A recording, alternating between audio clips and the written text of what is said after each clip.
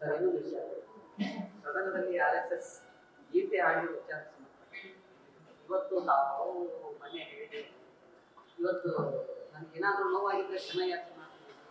ಇವತ್ತು KPCC ಅಧ್ಯಕ್ಷರೇ ಹೇಳ್ತಾರೆ, ಅದನ್ನು ಯಾವ ರೀತಿ ಸ್ವಾಗತ? ನಾನು ಕೂಡ ಅದು ಅವರ ವೈಯಕ್ತಿಕ ಅಭಿಪ್ರಾಯ ಅಂತ ಹೇಳಿದ್ದೆ.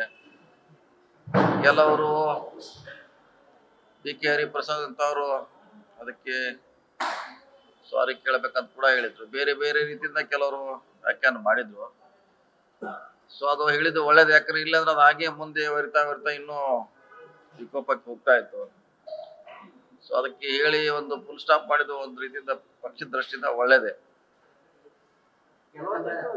ಗಾಂಧಿ ವಿಚಾರಧಾರೆಯನ್ನ ನಂಬಿಕೊಳ್ಳುವಂತ ಪಕ್ಷ ಗಾಂಧಿ ಕೊಂದವರನ್ನೇ ಆ ರೀತಿಯಾಗಿ ಬಳಕೆ ಮಾಡ್ಬಿಟ್ರೆ ಯಾವ ರೀತಿ ಸಂದೇಶ ಹೋಗುತ್ತೆ?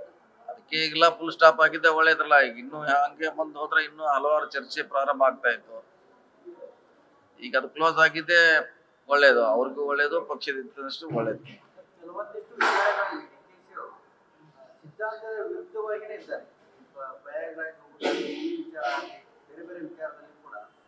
ಆದ್ರೆ ರಾಜಣ್ಣ ಅವರ ವಿಚಾರದಲ್ಲಿ ಒಂದು ಹೇಳಿಕೆಯನ್ನು ಗಮನಿಸಿ ಅವ್ರ ಮೇಲೆ ಕ್ರಮ ಆಯ್ತು, ಇವ್ರ ಮೇಲೆ ಯಾಕೆ ಕ್ರಮ ಇಲ್ಲ ಅನ್ನೋದು ನೋಡೋಣ, ಅದು ವರಿಷ್ಠರಿಗೆ ಬಿಟ್ಟಂತ ವಿಚಾರ. ಯಾವಾಗ ಏನು ಮಾಡಬೇಕು ಅನ್ನೋದು ಅವ್ರಿಗೆ ಬಿಟ್ಟದ್ದು, ನಾ ಹೇಳಿಕ್ ಆಗೋಲ್ಲ. ಸೊ ವೇಟ್ ಮಾಡೋಣ ಅಷ್ಟೇ. ಅದು ವರಿಷ್ಠರು ನಿರ್ಧಾರ ಮಾಡಬೇಕು, ನಮ್ಮ ಹಂತದಲ್ಲಿ ಮಾಡ್ಲಿಕ್ಕೆ ಆಗೋಲ್ಲ. ನ್ಯೂಸ್ ಫಸ್ಟ್ ನಿರ್ಭೀತಿಯಿಂದ ನಿಮ್ಮ ಪರವಾಗಿ.